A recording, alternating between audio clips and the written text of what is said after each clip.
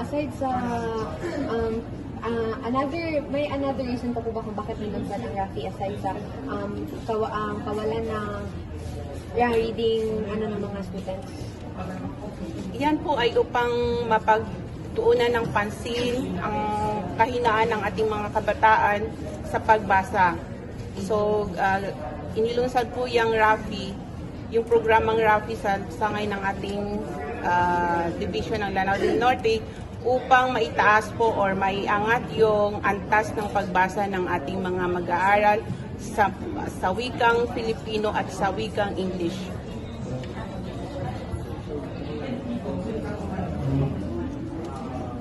Can you provide us facts or statistics or improvement, like data na improve ba ang students ang program? So as of this time, based on our ongoing monitoring, so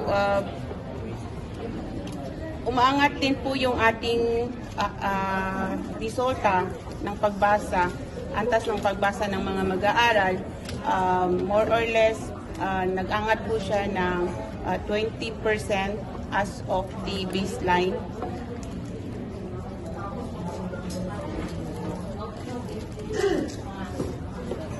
May 20% po na pag-increase. Okay.